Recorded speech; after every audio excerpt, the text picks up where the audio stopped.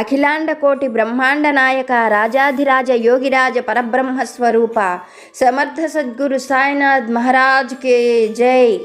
Hello అండి, అందరికీ నమస్తే. అందరూ ఎలా ఉన్నారు? అందరూ ఆరోగ్యంగా, క్షేమంగా, సంతోషంగా ఉండాలని మనస్ఫూర్తిగా మనందరి తరపున అమ్మవారిని వేడుకుంటున్నాను. ప్రతినిత్యము బాబాగారి దివ్యానుగ్రహంతో ఎన్నో మంచి మంచి విషయాలను చిన్న చిన్న కథల రూపంలో తెలుసుకోగలుగుతున్నాం. బాబాగారి అనుగ్రహం లేకుండా వారి నుండి మనం ఏ మాట వినలేము. బాబాగారి అనుగ్రహం ఉంటే మన జీవితంలో మనకు జరగనివి అంటూ ఏవీ ఉండవు. ఎప్పుడూ మనం సంతోషంగా ఉండాలని, బాబాగారు మనల్ని ఆశీర్వదించాలని మనస్ఫూర్తిగా మీ అందరి తరపున నేను కూడా బాబాగారిని పాదాలంటి వేడుకుంటూ ఈరోజు బాబాగారి సందేశం ఏమిటో తెలుసుకుందాము. మరి బాబాగారి సందేశం తెలుసుకోబోయే ముందుగా మీ అందరికీ ఒక చిన్న రిక్వెస్ట్. కొత్తగా మన ఛానల్ని చూస్తున్నట్లయితే ఛానల్ని సబ్స్క్రైబ్ చేసుకోండి. వీడియోని ఎక్కడ స్కిప్ చేయకుండా చూసేందుకు ప్రయత్నం చేయండి. వీడియో నచ్చితే మర్చిపోకుండా ఒక లైక్ చేసి సపోర్టు చేయండి. నన్ను సపోర్టు చేస్తున్న ప్రతి ఒక్క దైవ బంధువుకి పేరు పేరున నా హృదయపూర్వక ధన్యవాదాలు. మరి బాబాగారి సందేశం ఏమిటో తెలుసుకుందాము. తల్లి, ఈరోజు నీ కష్టం తొలగిపోయేటువంటి ఒక మంచి దారిని నీకు చెప్పబోతున్నాను. శ్రద్ధగా విను. నీ కష్టం ఎటువంటిదైనా, నీ బాధలు, సమస్యలు ఎలాంటివైనా సరే, ఆ కష్టం నుండి నువ్వు బయటపడటానికి నేను నీకు ఎల్లప్పుడూ కూడా ఒక దారిని ఖచ్చితంగా చూపిస్తూనే ఉంటాను.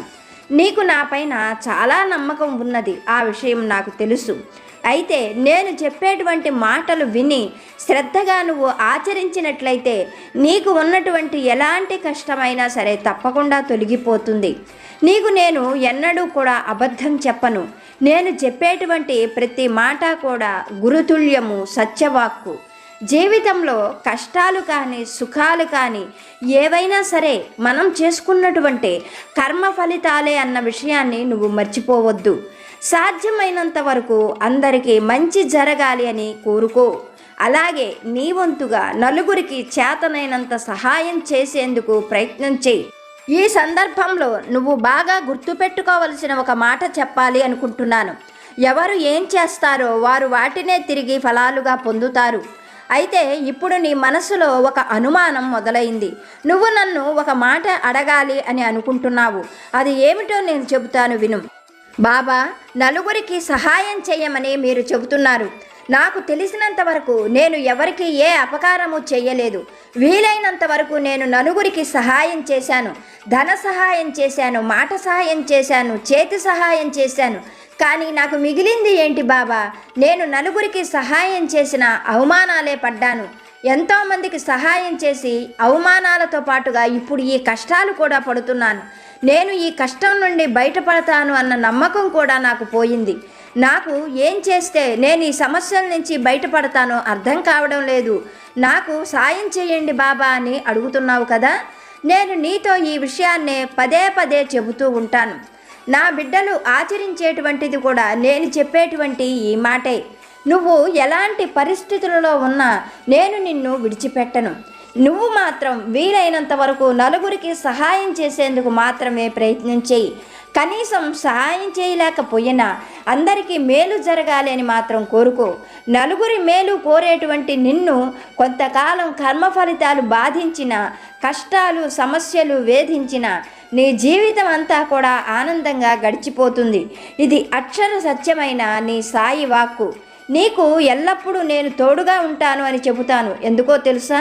నీకు ఎలాంటి కష్టం వచ్చినా అది తొలగిపోయే దారి చూపించి నిన్ను ముందుండి నడిపించడానికి అని నువ్వు అర్థం చేసుకో.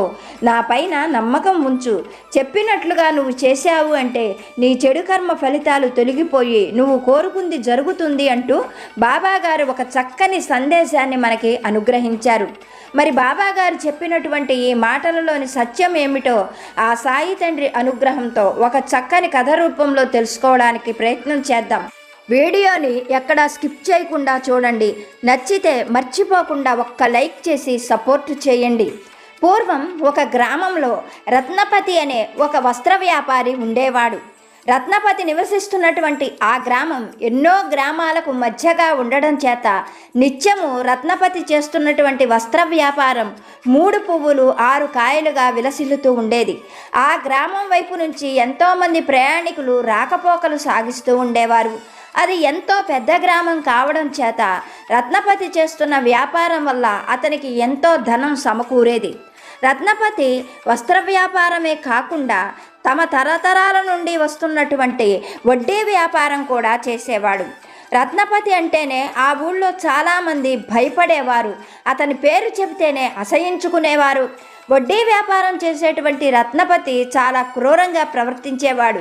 ఎవరికైనా వడ్డీకి ఇచ్చాడు అంటే పాపము పుణ్యము అనేది లేకుండా వాళ్ళ దగ్గర వడ్డీ పైన చక్రవడ్డీ కూడా లాగుతూ వారికి ఉన్నటువంటి ఆస్తులు కూడా తన వశం చేసుకునేవాడు రత్నపతి. అతని దగ్గర ఏమాత్రము జాలి దయ అనేవే ఉండేవి కాదు. అందువల్ల ఎవరైనా సరే రత్నపతి దగ్గర వడ్డీకి అప్పు తీసుకోవాలి అని అంటే భయపడేవారు. ఇలా రత్నపతి వస్త్ర వ్యాపారంతో పాటుగా వడ్డీ వ్యాపారం కూడా చేస్తూ తన తాత ముత్తాతలు ఇచ్చిన ధనాన్ని మరింత పెంచుతూ ఆ ఊరిలోనే కాకుండా ఆ చుట్టుపక్కల ప్రాంతాల్లోనే గొప్ప ధనవంతుడిగా పేరు తెచ్చుకున్నాడు. ఈ రత్నపతి విషయానికి వస్తే రత్నపతి అతని తల్లిదండ్రులకు ఒక్కడే కొడుకు. అతని తల్లిదండ్రులకు వివాహం జరిగిన చాలా సంవత్సరాల తర్వాత రత్నపతి పుట్టడం జరిగింది. వాళ్ళు రత్నపతిని ఎంతో అపురూపంగా అల్లారు ముద్దుగా పెంచుకున్నారు. దురదృష్టవశాత్తు రత్నపతి వివాహం జరిగే నాటికే అతని తల్లిదండ్రులు కాలధర్మం చెందారు. రత్నపతికి ఆ ఊళ్ళో ఎంతోమంది తమ పిల్లనివ్వడానికి ముందుకొచ్చారు, కానీ వాళ్ళు ఇచ్చేటువంటి కట్న కానుకలు సరిపోక అందువల్ల రత్నపతి వాళ్ళని వివాహం చేసుకోవడానికి అంగీకరించలేదు. రత్నపతి ఆశ అంతా ఒక్కటే, తను చేసుకోబోయేటువంటి అమ్మాయి కూడా గొప్ప ధనవంతురాలు కావాలి, తనకు కట్న కానుకలు బాగా ఇవ్వాలి, అందచందాలు లేకపోయినా పర్వాలేదు కానీ ధనం మాత్రం తగ్గకూడదు అన్న ఆలోచనతో చాలా కాలం పాటు రత్నపతి వివాహం చేసుకోలేదు. తరువాత అతను అనుకున్న లక్షణాలు ఉన్న అమ్మాయి రావడంతో రత్నపతి ఎట్టకేలకు ఘనంగా వివాహం చేసుకున్నాడు. అలా రత్నపతికి వివాహం జరిగిన చాలా సంవత్సరాల వరకు అతనికి కూడా సంతానం కలగలేదు. ఇంకా తనకు సంతానం కలగదేమో అన్న దిగులుతో రత్నపతి ఉంటూ ఉన్న సమయంలో అనుకోకుండా భగవంతుడి అనుగ్రహంతో రత్నపతికి ఒక కొడుకు కలిగాడు. అదేమి దురదృష్టమో, రత్నపతికి కొడుకు కలిగిన 1 సంవత్సరంలోనే రత్నపతి భార్య కూడా చనిపోయింది. భార్య చనిపోయిన రత్నపతి మళ్ళీ వివాహం చేసుకోలేదు. తన కొడుకును వచ్చినటువంటి స్త్రీ సరిగ్గా చూసుకుంటుందో లేదో అన్న భయంతో ఆయన ఇంకా వివాహం చేసుకోకుండా ప్రాణాలన్నీ కొడుకు మీదే పెట్టుకొని కొడుకుని ఎంతో అపురూపంగా పెంచుతున్నాడు. రత్నపతి ఆ పిల్లవాడికి గిరిధరుడు అని పేరు పెట్టి అపురూపంగా ప్రాణం ఎత్తుగా అల్లారు ముద్దుగా పెంచుతున్నాడు. గిరిధరుడు కూడా తండ్రి చేసే ప్రతి పనిని జాగ్రత్తగా గమనించేవాడు. తండ్రికి చేదోడు వాదోడుగా ఉంటూ అతనికి డబ్బుల విషయంలో మంచి మంచి సలహాలు చెబుతూ ఉండేవాడు. తండ్రి చేస్తున్న వ్యాపారాన్ని అతడు కూడా జాగ్రత్తగా గమనిస్తూ మెళకువలు నేర్చుకుంటూ ఉన్నాడు. చాలా కొద్ది కాలంలోనే తండ్రిని మించిపోయిన కొడుకుగా మారాడు గిరిధరుడు. తండ్రిలాగానే గిరిధరుడు కూడా వడ్డీ వ్యాపారం చేస్తూ అవతల వారి నుండి దయాదాక్షిణ్యాలు లేకుండా నిర్దాక్షిణ్యంగా వడ్డీ వ్యాపారం చేయడం అనేది తండ్రి నుండి బాగానే వంటబట్టింది. అలా తన కొడుకు కూడా తనలాగా వడ్డీ వ్యాపారం చేస్తూ ధనాన్ని కూడబెడుతూ ఉండడంతో రత్నపతి ఆనందానికి అంతు లేకుండా పోయింది. తొందరలోనే తన కొడుకు తనను మించిపోతాడని, తనకన్నా కూడా బాగా ధనాన్ని సంపాదించి ఇంకా గొప్ప ధనవంతుడవుతాడని రత్నపతి తనలో తానే మురిసిపోతూ ఉండేవాడు. ఇలా ఉండగా రత్నపతికి వృద్ధాప్యం సమీపిస్తూ ఉన్నది. ధనానికి సంబంధించిన ఒత్తిడులు భరించలేకపోతూ ఉన్నాడు. అందువల్ల రత్నపతికి కొన్నాళ్లకు పక్షవాతం వచ్చింది. అలా పక్షవాతం రావడంతో రత్నపతి ఏమాత్రము భయపడలేదు, బాధపడలేదు. సరికదా, దానికి వైద్యం చేయించుకుంటే డబ్బు ఖర్చు అయిపోతుంది అన్న ఉద్దేశంతో తన అనారోగ్యాన్ని పక్కన పడేసి డబ్బు ఖర్చు పెట్టడం ఇష్టం లేక వైద్యం చేయించుకోలేదు. అందువల్ల ఆ పక్షవాతపు రోగం పెరిగిపోయి కాలుతో పాటుగా చెయ్యి కూడా పడిపోయింది. అయితే గిరిధరుడికి తండ్రి అంటే పంచప్రాణాలు. తన కోసం తండ్రి మళ్ళీ వివాహం చేసుకోకుండా ఇంత ధనాన్ని కష్టపడి కూడబెడుతున్నాడు. అటువంటి తండ్రి ఈ రోజున మంచంలో పడి ఉండి కాలు చెయ్యి ఆడకపోవడంతో అలా చూస్తున్నటువంటి గిరిధరుడికి ప్రాణాలు నిలవడం లేదు. ఎలాగైనా సరే తండ్రికి వైద్యం చేయించి మళ్ళీ అతను కోలుకునేటట్లుగా చెయ్యాలి అని సంకల్పించుకున్నాడు గిరిధరుడు. తండ్రి ఎంత వారిస్తున్నా వినకుండా పట్నం నుండి గొప్ప గొప్ప ఘన వైద్యులను పిలిపించాడు. వారు చెప్పినట్లుగా ధనం ఖర్చు పెట్టి ఎన్నో రకాలుగా తండ్రికి కాలు చెయ్యి రావాలి అని వైద్యం చేయించాడు. కానీ గిరిధరుడు ఎన్ని ప్రయత్నాలు చేసినా కానీ రత్నపతికి మళ్ళీ కాలు చెయ్యి రావడం జరగలేదు.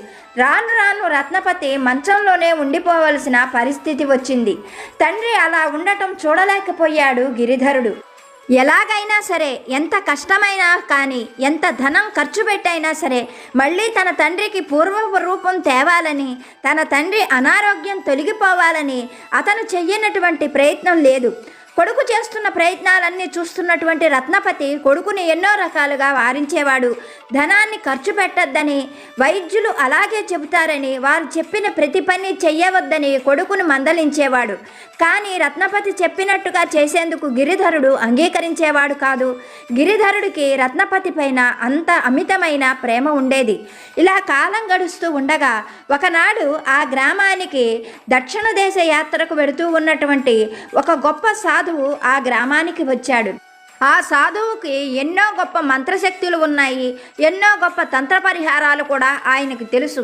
ఆయన ఎన్నో గ్రామాలలో సంచరిస్తూ ఆ గ్రామాలలో ఉన్నటువంటి పేద ప్రజలకు ఎన్నో చక్కని పరిష్కారాలు తెలియజేసేవాడు. ఆయన చెప్పినటువంటి పరిష్కారాలు పాటించి వాళ్ళ ఉన్న సమస్యల నుంచి బయటపడేవాళ్ళు. అలా ఆ సాధువుకి ఎన్నో లక్షల మంది ప్రజలు అంకితమైన భక్తులుగా మారిపోయారు. అలా ఉన్నటువంటి ఆ సాధువు ఆ రోజు ఆ గ్రామానికి రావడం జరిగింది. అప్పటికే ఆ సాధువు గురించి గిరిధరుడు ఎన్నో విషయాలు తెలుసుకొని ఉన్నాడు.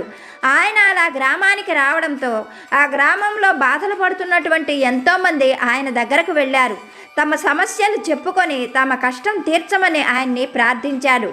అలా వచ్చిన వారందరికీ కూడా ఆ సాధువు తనకు తెలిసినటువంటి మంత్రపరిహారాలు, తంత్రపరిహారాలు చెప్పి పంపించాడు. ఆ తరువాత సాయంకాలం వేళకు గిరిధరుడు ఆయన దగ్గరకు చేరుకున్నాడు. భక్తిగా ఆయన పాదాలకు నమస్కరించి తన తండ్రికి కలిగిన కష్టమంతా కూడా చెప్పుకున్నాడు. ఎలాగైనా సరే ఏదైనా గొప్ప పరిహారం చెప్పి తన తండ్రికి మళ్ళీ ఆ అనారోగ్యం తొలగిపోయేటట్లు చెయ్యమని ఆ సాధువుని ఎన్నో రకాలుగా బ్రతిమిలాడుకున్నాడు గిరిధరుడు. గిరిధరుడు చెప్పిందంతా విన్న సాధువు క్షణం సేపు మౌనం వహించి కళ్ళు మూసుకొని కూర్చున్నాడు. కొద్దిసేపటి తర్వాత కళ్ళు తెరిచి గిరిధరుణ్ణి చూస్తూ, నాయనా, నీ తండ్రి పట్ల నీకున్న గౌరవము, ప్రేమ చూస్తుంటే నాకు చాలా ఆనందంగా ఉంది. నీ తండ్రి కోలుకునేందుకు నేను నీకు ఒక ఉపాయం చెబుతాను.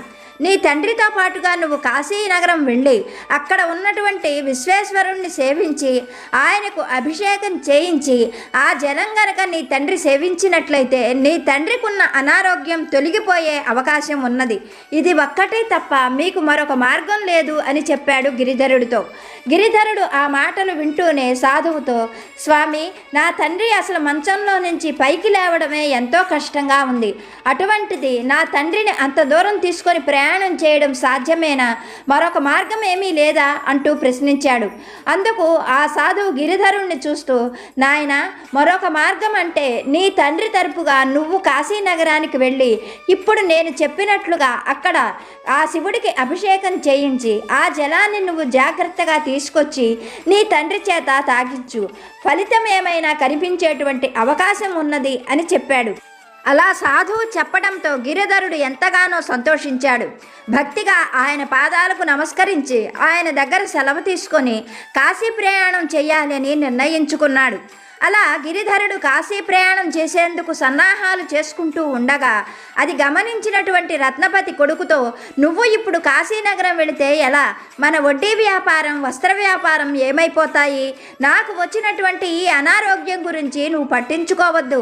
మనం ధనం పోగు చేసే విషయం గురించి ఆలోచించాలి కానీ ఇటువంటి అనారోగ్యాల గురించి సమయాన్ని వృధా చేసుకోకూడదు అని చెప్పడంతో రత్నపతి చెప్పిన మాటలకు గిరిధరుడు ఎంతగానో బాధపడుతూ తండ్రి గారు, నేను మిమ్మల్ని ఈ స్థితిలో చూడలేకపోతున్నాను. మీరు మళ్ళీ పూర్వంలాగా లేచి తిరగాలి. అందుకోసం నేను ఎంత సమయమైనా ఎంత ధనమైనా వెచ్చిస్తాను. నా గురించి మీరు ఆలోచించకండి. నేను చాలా తొందరలోనే కాశీ యాత్ర ముగించుకొని వస్తాను అని తండ్రికి ఎన్నో రకాలుగా నచ్చజెప్పాడు. అలా తండ్రికి నచ్చజెప్పుకొని ఆయనను ఒప్పించి గిరిధరుడు కాశీయాత్రకు బయలుదేరాడు. ఎన్నో కష్ట నష్టాలకు ఓర్చి వ్యయ ప్రయాసలకు ఓర్చి ఒక చక్కని శుభవేళ కాశీనగరం చేరుకున్నాడు. అలా చేరుకున్నటువంటి గిరిధరుడు శుచిగా గంగానదిలో బ్రహ్మ ముహూర్తంలోనే స్నానం ఆచరించాడు. అలా స్నానం చేసిన గిరిధరుడు పవిత్రమైన గంగా జలాన్ని సేకరించి అక్కడున్నటువంటి విశ్వేశ్వరుడికి చక్కగా అభిషేకం చేయించాడు. ఆ అభిషేక జలాన్ని ఒక వెండి చెంబు నిండా పట్టుకొని ఆ జలంతో మళ్ళీ తిరిగి బయలుదేరాలని నిర్ణయించుకున్నాడు. అక్కడ కొన్ని రోజులు ఉండి అలాగే ఆ అభిషేక జలాన్ని ఒక వెండి చెంబు నిండా సేకరించాడు. ఆ తరువాత విశ్వేశ్వరుడితో పాటుగా అన్నపూర్ణాదేవి దర్శనం చేసుకున్నాడు. ఆ కాశీనగరంలో ఉన్న ఎన్నో ప్రముఖమైన దేవాలయాలన్నీ కూడా దర్శించాడు గిరిధరుడు. ఆ తర్వాత తొందరగా ఇంటికి వెళ్ళిపోవాలి, తండ్రికి ఉన్నటువంటి అనారోగ్యం తగ్గిపోవాలి అన్న ఆతృతగా కాశీనగర యాత్ర పూర్తి చేసుకొని ఇంటికి బయలుదేరాడు గిరిధరుడు. అలా తిరిగి వస్తూ ఉన్న గిరిధరుడు ఒకనాటి మధ్యాహ్నం వేళ ఒక అడవి దారి గుండా ప్రయాణం చేస్తూ ఉన్నాడు. ఆ అడవి దారిలో ఒక చింతతోపు దగ్గరకు వచ్చేసరికి గిరిధరుణ్ణి ఎవరో ఓ మానవోత్తమ ఒక్క క్షణం ఆగు అన్నట్లుగా పిలిచినట్టు వినిపించింది. ఆ పిలుపు వినిపించిన వైపు తిరిగి చూశాడు గిరిధరుడు. అక్కడ ఒక తెల్లని ఆకారం చింత చెట్టు కింద నిలబడి గిరిధరుణ్ణి పిలుస్తున్నట్లుగా గమనించాడు. ఆ ఆకారాన్ని చూడగానే గిరిధరుడికి అది ఒక పిశాచమని అర్థమై చాలా భయంతో వణికిపోయాడు. అప్పుడు ఆ పిశాచం గిరిధరుడి పరిస్థితిని గమనించి, ఓ మానవుడా, నువ్వు భయపడవలసిన అవసరం లేదు. నేను నీకు ఏ విధమైన అపకారము చేయను. నేను నీకు ఏమైనా సహాయం చేయాలన్న ఉద్దేశంతో వచ్చాను. ఈ దారి వెంబడ వెళ్ళే వాళ్లకు నాకు చేతనైనంతగా మంచినీళ్లు ఆహారం అందిస్తూ ఉంటాను. మధ్యాహ్నం వేళ అవుతుంది, నీకు కూడా ఆహారం మంచినీళ్లు ఏమైనా అవసరమేమోనని పిలిచాను అని చెప్పింది. ఆ మాటలతో కొంత ధైర్యం తెచ్చుకున్నాడు గిరిధరుడు. ఆ పిశాచాన్ని చూస్తూ, నాకు నీ వల్ల ఏ సహాయమూ అవసరం లేదు. అయినా నువ్వు ఎవరు? ఇక్కడెందుకు నిలబడ్డావు? ఇలా పిశాచంగా ఎందుకు మారిపోయావు? నీది ఎంతో మంచి మనసులాగా అనిపిస్తున్నది కదా అని ప్రశ్నించాడు గిరిధరుడు. అందుకు ఆ ఆకారం ఒక నిట్టూర్పు విడుస్తూ, ఏం చెప్పమంటావు? నా పేరు కకూచి. నేను ఒక పిశాచాన్ని. కొంతకాలం క్రితం నేను నా కొడుకుని కోడల్ని విడదీశాను. నా కోడల్ని ఎన్నో రకాలైన బాధలు పెట్టాను. ఎన్నో రకాలుగా మాటలతో హింసించాను. నాకు అధికారము అవకాశము ఉన్నాయి కనుక ఆ అమ్మాయి మీద ఎన్నో రకాలుగా చేయి చేసుకునేదాన్ని. నేను పెట్టే బాధలు పడలేక నా కోడలు తిరిగి పుట్టింటికి వెళ్ళిపోయింది. అయినా కానీ ఆ అమ్మాయిని విడిచిపెట్టలేదు. నా కొడుకు చేత మళ్ళీ కబురు పంపించి మాయమాటలు చెప్పి ఆ అమ్మాయిని నా దగ్గరకు తెప్పించుకున్నాను. కొన్నాళ్ళు బాగానే ఉండి ఆ తర్వాత మళ్ళీ నా పద్ధతిని నేను కొనసాగించాను. నేను పెట్టే బాధలు ఆరళ్ళు భరించలేక ఆ అమ్మాయి ఆత్మహత్య చేసుకుంది. ఆ అమ్మాయి లేకపోవడంతో నా కొడుకు కూడా కొన్నాళ్లకు పిచ్చివాడిగా మారిపోయి ఎటో వెళ్ళిపోయాడు. అలా నా కోడలు చనిపోవడానికి, నా కొడుకు పిచ్చివాడైపోవడానికి నేనే కారణం గనక కొన్నాళ్ల తర్వాత నేను కూడా చనిపోయి ఇదిగో ఇలా ఈ వికార రూపం పిశాచంగా మారిపోయాను. పిశాచంగా మారిన నాకు బుద్ధి వచ్చింది, కానీ నేనేమీ చెయ్యలేను. నేనేం చేయగలనా అని ఆలోచించి ఈ దారిని వచ్చే పోయే వారందరికీ కూడా మంచినీళ్లు ఆహారం అందిస్తున్నాను అంటూ తన విషయాలన్నీ చెప్పిన పిశాచం గిరిధరుణ్ణి చూస్తూ, నా సంగతి సరే, మరి ఇంత చిన్న వయసులో నువ్వెందుకు కాశీయాత్ర చేస్తున్నావు అంటూ ప్రశ్నించింది. పిశాచి అలా ప్రశ్నించడంతో గిరిధరుడు తన తండ్రికి కలిగిన కష్టము, సాధువు చెప్పిన పరిహారము అన్ని విషయాలు కూడా ఆ పిశాచంతో చెప్పాడు. అప్పుడు కకూచి ఎంతో ఆశతో గిరిధరుడి చేతిలోని వెండి చెంబులోని గంగాజలాన్ని చూస్తూ, ఓ మానవోత్తమ, నీ వంటి వాడిని నేను ఇంతవరకు చూడలేదు. కన్న తండ్రి పైన నీకు ఎంతో గౌరవము, ప్రేమ ఉన్నాయి. అందుకనే ఇంత చిన్న వయసులో ఇన్ని కష్ట నష్టాలు కోర్చి కాశీ ప్రయాణం చేస్తున్నావు. కనుక నా యందు దయ ఉంచి నీ వద్ద ఉన్న ఆ గంగాజలంలో కొద్దిగా గంగాజలాన్ని నాకు ఇవ్వు. ఆ విశ్వేశ్వరుడి అనుగ్రహంతో నాకు ఉన్న ఈ పిశాచి రూపం తొలగిపోయి విముక్తి కలుగుతుందేమో అంటూ ఆశగా అర్థించింది పిశాచం. పిశాచం మాటలు విన్న గిరిధరుడు కోపంగా, చిచ్చి అవతలికి వెళ్ళు, నీ వంటి దానికోసం నేను ఈ గంగాజలాన్ని సేకరించలేదు. ఎన్నో కష్ట నష్టాలకు ఓర్చి, వ్యయప్రయాసలకు ఓర్చి, చీకటి జామున స్నానం చేసి, విశ్వేశ్వరుడికి అభిషేకం చేయించి, ఇన్ని బాధలు పడి ఈ గంగాజలాన్ని సేకరించింది నీ వంటి నీచ పిశాచాల కోసం కాదు, నా కన్న తండ్రి కోసమే అంటూ అడుగు ముందుకు వేశాడు గిరిధరుడు. అతడి మాటలకు మనస్సులో పిశాచానికి బాధ కలిగింది. కానీ అది తన బాధను బయట పడనీయకుండా, ఓ మానవుడా, నువ్వు ఇలా అనడం ఏమాత్రం తప్పు కాదు. ఇదంతా నా పూర్వకర్మ ఫలితమే. అయినా నువ్వు కన్న తండ్రి కోసం ఎన్నో కష్ట నష్టాలకు ఓర్చి ఈ అభిషేక జలాన్ని తిరిగి తీసుకొని వెడుతున్నావు. ఇలా కాశీయాత్ర ప్రయాణం చేసిన నీ వంటి మంచి మనిషి మట్టి తగిలినా నాకు మేలే జరుగుతుంది అంటూ అప్పటి వరకు గిరిధరుడు అక్కడ నిలబడినటువంటి ఆ స్థలంలోని మట్టిని ఒక గుప్పెడు చేతిలోకి తీసుకుంది. ఆ తరువాత ఆ పిశాచం కాశీనగరం వైపు తిరిగి, ఓ విశ్వేశ్వరుడా, ఓ అన్నపూర్ణాదేవి, నన్ను అనుగ్రహించండి, ఈ పిశాచ బాధలు పడలేకపోతున్నాను. ఈ యువకుడు ఎన్నో కష్ట నష్టాలకు వ్యయప్రయాసలకు ఓర్చి కాశీ ప్రయాణం చేశాడన్నది నిజం. ఇతనికి ఎంతో శక్తి ఉంటుందన్నది కూడా నిజం. ఆ నిజంతోటే నేను మిమ్మల్ని అర్థిస్తున్నాను. ఈ మట్టికి శక్తిని కల్పించి నాకు ఈ పిశాచ జన్మ నుండి విముక్తిని కల్పించండి అంటూ ఎంతో భక్తి శ్రద్ధలతో ఆ పరమేశ్వరుని ధ్యానిస్తూ ఆ మట్టిని తలపైన జల్లుకున్నది పిశాచం. క్షణంలోనే ఏదో మాయ కమ్మినట్లుగా దాని పిశాచి రూపం పోయి ఒక అందమైన అమ్మాయిగా మారిపోయింది. అలా మారిపోయినటువంటి ఆ దేవకన్య రూపం ఆకాశంలోకి ఎగిరిపోయింది. ఇదంతా చూస్తున్నటువంటి గిరిధరుడికి క్షణకాలం పాటు ఆశ్చర్యము, ఆనందము కలిగాయి. అప్పుడు గిరిధరుడు తనలో తనే ఇలా అనుకున్నాడు, పిశాచం చెప్పింది నిజమే. ఎన్నో కష్ట నష్టాలకు ఓర్చి, వ్యయప్రయాసలకు ఓర్చి కాశీయాత్ర చక్కగా ముగించుకొని రావడం వల్ల తనకు మహత్వం అబ్బింది.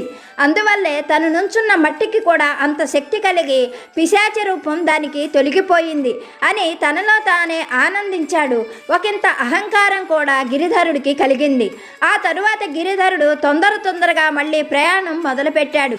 అలా వేగంగా నడుస్తూ గిరిధరుడు సాయంకాలం వేళకు ఒక గ్రామ పొలిమేరకు చేరుకున్నాడు. అలా నడుస్తున్నటువంటి గిరిధరుడికి ఎదురుగా ఒక నడివయసు వ్యక్తి వచ్చాడు.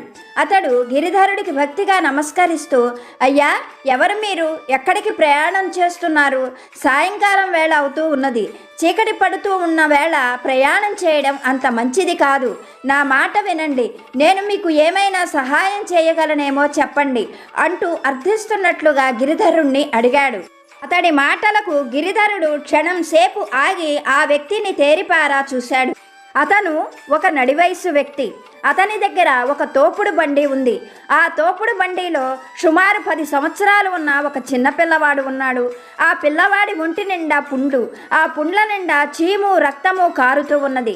వాటిపైన ఈగలు వాలుతూ ఉండడంతో ఆ పిల్లవాడు ఆ బాధ భరించలేకపోతున్నాడు. క్షణము అతడు నడివయసు ఉన్న వ్యక్తిని చూస్తూ నొప్పి నొప్పి అని ఏడుస్తూ ఉన్నాడు. ఆ పిల్లవాడిని ఓదారుస్తూ ఉన్నాడు ఈ నడివయసు వ్యక్తి. వాళ్ళిద్దరినీ అలా చూసినటువంటి గిరిధరుడు అతడితో, ఎవరు నువ్వు? నీకు ఈ పిల్లవాడికి ఏమిటి సంబంధం? ముక్కు మొహం తెలియని నాకు ఎందుకు సహాయం చేయాలనుకుంటున్నావు అంటూ ప్రశ్నించాడు. అందుకు ఆ నడివయసు వ్యక్తి కన్నీరు తుడుచుకుంటూ, అయ్యా, నా పేరు మారయ్య. నేను పేరు మోసిన గజ దొంగను. చాలా సంవత్సరాల వరకు కూడా నేను దొంగతనాలు చేస్తూ బ్రతికేవాడిని. కొంతకాలం క్రితం నాకు వివాహం జరిగింది. వివాహం జరిగిన చాలా సంవత్సరాల వరకు నాకు పిల్లలు కలగలేదు. ఇంకా నాకు సంతానం కలగదేమో అని దిగులు పడుతూ ఉండేవాడిని. అలా ఉన్న సమయంలో నా భార్య గర్భవతి అయి ఎదుగో పండంటి మగపిల్లవాడిని కన్నది. ఆ ఆనందం ఎంతోసేపు నాకు నిలవలేదు. కొన్నాళ్ళకే నా భార్య చనిపోయింది. పిల్లవాడిని చూసుకొని ఆనందంగా బ్రతుకుదాము అనుకుంటున్నంతలో ఈ పిల్లవాడికి సంవత్సరం కూడా నిండకుండానే ఇదిగో ఈ పిల్లవాడు ఇలా కుష్ఠవ్యాధి బారిన పడి బాధపడుతూ ఉన్నాడు. నేను చేసినటువంటి దొంగతనాలు, వాటి వల్ల కలిగిన పాపం వల్లే నా బిడ్డ ఇలా అయిపోయాడు. నేను పుణ్యకార్యాలు చేస్తే నా బిడ్డకు ఈ రోగం పోతుందేమో అని ఈ దారిన వచ్చే పోయే వారందరికీ కూడా నాకు చేతనైనంతగా ఆహారం అందించటం, నీళ్లు అందించటం, వాళ్లకు సేద తీరే వసతులు కల్పించడం చేస్తూ ఉన్నాను. అలాగే మీకు కూడా ఏదైనా సహాయం చేయాలన్న ఉద్దేశంతోనే ఇలా అడిగాను అంటూ తన విషయాలన్నీ చెప్పాడు మారయ్య. అటు తరువాత గిరిధరుని చూస్తూ, అయ్యా మీరెంతో చిన్న వయసులో ఉన్నారు, మరి మీరెందుకు దేశాటన చేస్తున్నారు అని ప్రశ్నించాడు మారయ్య. అతడి మాటలకు గిరిధరుడు తన తండ్రికి పక్షవాతం రావటం, కాశీయాత్రకు వెళ్ళడం, అక్కడ అభిషేకం చేయించి ఆ జలాన్ని తీసుకురావడం, దారిలో కకూచి అనే పిశాచానికి శాప విమోచనం జరగడం, అన్ని విషయాలు కూడా మారయ్యకు చెప్పాడు. అతడి మాటలు వింటున్నటువంటి మారయ్య కన్నీళ్లు పెట్టుకుంటూ గిరిధరుని చూస్తూ, అయ్యా వీడు నా కొడుకు, ఇందాక చెప్పాను కదా, చాలా చిన్నపిల్లవాడు, కుష్టు వ్యాధితో బాధపడుతున్నాడు. తమరు ఎంతో పుణ్యాత్ములు కనుకనే పిశాచానికి కూడా శాప విమోచనమయ్యింది. నా యందు దయ ఉంచి నా బిడ్డకు కూడా కొద్దిగా గంగాజలాన్ని ఇవ్వండి. ఆ విశ్వేశ్వరుడి దయ వల్ల నా తప్పులన్నీ క్షమించబడి నా బిడ్డకు ఈ కుష్టు వ్యాధి పోతుందేమో ప్రయత్నం చేస్తాను, నాకు కొద్దిగా గంగాజలాన్ని ఇవ్వండి అంటూ కన్నీరు పెట్టుకొని దీనంగా అర్థించాడు. కానీ గిరిధరుడికి వారిని అలా చూసినా కానీ ఏమాత్రము అతనికి జాలి కలగలేదు. పైగా వాళ్ళని అసహ్యించుకుంటూ దూరంగా జరిగి, చిచ్చి అవతలకు వెళ్ళండి, నేను కష్టపడి గంగాజలం సంపాదించింది నీ వంటి గజ దొంగల కోసం, ఇలాంటి కుష్టు వ్యాధిగ్రస్తుల కోసం కాదు, నా కన్న తండ్రి కోసం నేను కష్ట నష్టాలకు వచ్చి ఈ గంగాజలాన్ని సంపాదించాను అంటూ వాదులాడుకుంటూ పక్కకి జరిగాడు గిరిధరుడు. అలా వాదులాటలో గిరిధరుడి చేతిలోని గంగాజలం కొద్దిగా నేలపై పడింది. అది చూసినటువంటి మారయ్య ఎంతో సంతోషంగా గిరిధరుని చూస్తూ, అయ్యా మీలాంటి పుణ్యాత్ముల్ని చూసినప్పుడే నా పాపాలన్నీ కూడా తొలగిపోయాయి అని నేను నమ్ముతున్నాను. అటువంటి మీ చేతిలోని గంగాజలం కింద పడడం వల్ల అక్కడ ఉన్న మట్టి కూడా ఎంతో పవిత్రమైంది. ఆ విశ్వేశ్వరుడి అనుగ్రహం నాపైన నా బిడ్డపైన ఎలా ఉన్నాయో నాకు తెలియదు. నేను భక్తిగా ఆ గంగాజలాన్ని తీసుకొచ్చినటువంటి మిమ్మల్ని, ఆ గంగాజలం పడ్డ ఈ మట్టిని కూడా ఎంతో భక్తి భావంతో నమ్ముతున్నాను అంటూ ఆ కింద పడ్డ మట్టిని తీసి తన కొడుకు ఒంటి నిండా కూడా పూశాడు. క్షణంలోనే మంత్రం వేసినట్లుగా ఆ పసివాడి శరీరం పసుపు వర్ణంలో బంగారంగా మెరుస్తూ, ఆ పిల్లవాడి ఒంటిపైన పుండ్లు కాదు కదా, వాటి ఆనవాలు కూడా కనిపించలేదు. ఆ పసివాడు ఎంతో సంతోషంగా మారయ్యను కౌగలించుకొని ముద్దులతో ముంచెత్తాడు. ఇదంతా చూస్తున్నటువంటి గిరిధరుడికి ఆనందము, ఆశ్చర్యము, సంతోషము కలిగాయి. గిరిధరుడు అక్కడ నుండి బయలుదేరాడు. మారయ్య వెళ్ళిపోతున్న గిరిధరుడికి భక్తిగా నమస్కరించి విశ్వేశ్వరుణ్ణి మనస్సులో తలుచుకుంటూ తన బిడ్డని తీసుకొని వెళ్ళిపోయాడు. అలా గిరిధరుడు ఎన్నో వ్యయ ప్రయాసలకు ఓర్చుకొని కష్ట నష్టాలు భరించి దారిలో ఎన్నో ఆనందాలు చవిచూసి పవిత్రమైన విశ్వేశ్వరుడి అభిషేక గంగాజలాన్ని తీసుకొని ఇంటికి చేరుకున్నాడు. అలా ఇంటికి చేరుకున్నటువంటి గిరిధరుడు తండ్రి దగ్గరకు చేరుకొని దారిలో జరిగినటువంటి విషయాలన్నీ కూడా పూసగుచ్చినట్లుగా చెప్పాడు. ఆ తరువాత తండ్రితో, నాన్నగారు దారిలోనే ఎన్నో అద్భుతాలను చూశాను, ఈ గంగాజలాన్ని కొద్దిగా మీరు సేవించినట్లయితే మీకు మళ్ళీ పూర్వంలా ఆరోగ్యం వస్తుంది అంటూ తండ్రి చేత కొద్దిగా గంగాజలాన్ని తాగించాడు.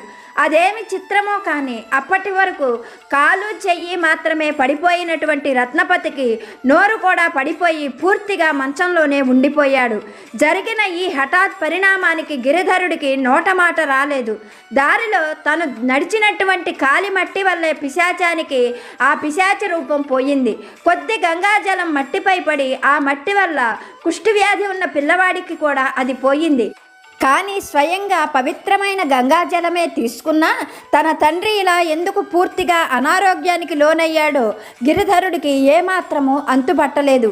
ఏం చేయాలో అర్థం కాలేదు. దారిలో ఎన్నో ప్రయాణాలు చేయడం వల్ల గంగాజలం తన మహిమ కోల్పోయిందేమో అని గిరిధరుడు ఎంతగానో బాధపడ్డాడు. ఇలా కొన్ని నెలలు గడిచిపోయాయి. మళ్ళీ దక్షిణ దేశ యాత్ర ముగించుకొని ఆ సాధువు హిమాలయాలకు బయలుదేరుతూ ఆ గ్రామానికి కూడా చేరుకున్నాడు. అలా సాధువు గ్రామానికి వచ్చాడు అని తెలుసుకున్నటువంటి గిరిధరుడు ఆయన దర్శనం కోసం వెళ్ళాడు. అలా దర్శనానికి వెళ్ళిన గిరిధరుడు జరిగిన విషయాలన్నీ కూడా చెప్పి తన తండ్రికి ఎందుకు పూర్తిగా అనారోగ్యం వచ్చిందో ఆ సాధువుని ప్రశ్నించాడు.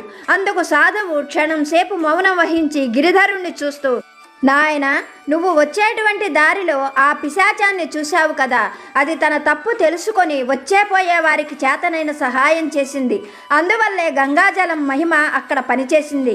అలాగే గజదొంగ మారయ్య కూడా తన తప్పు తెలుసుకొని దొంగతనాలు మానేసి న్యాయంగా బ్రతుకుతూ వచ్చేపోయే వారికి సహాయం చేశాడు. అందువల్ల గంగాజలం అక్కడ కూడా తన మహిమను ప్రదర్శించింది. కానీ నువ్వు కానీ నీ తండ్రి కానీ ఏమాత్రము పేదా సాదా అనేది లేకుండా అన్యాయంగా అక్రమంగా సంపాదిస్తున్నారు.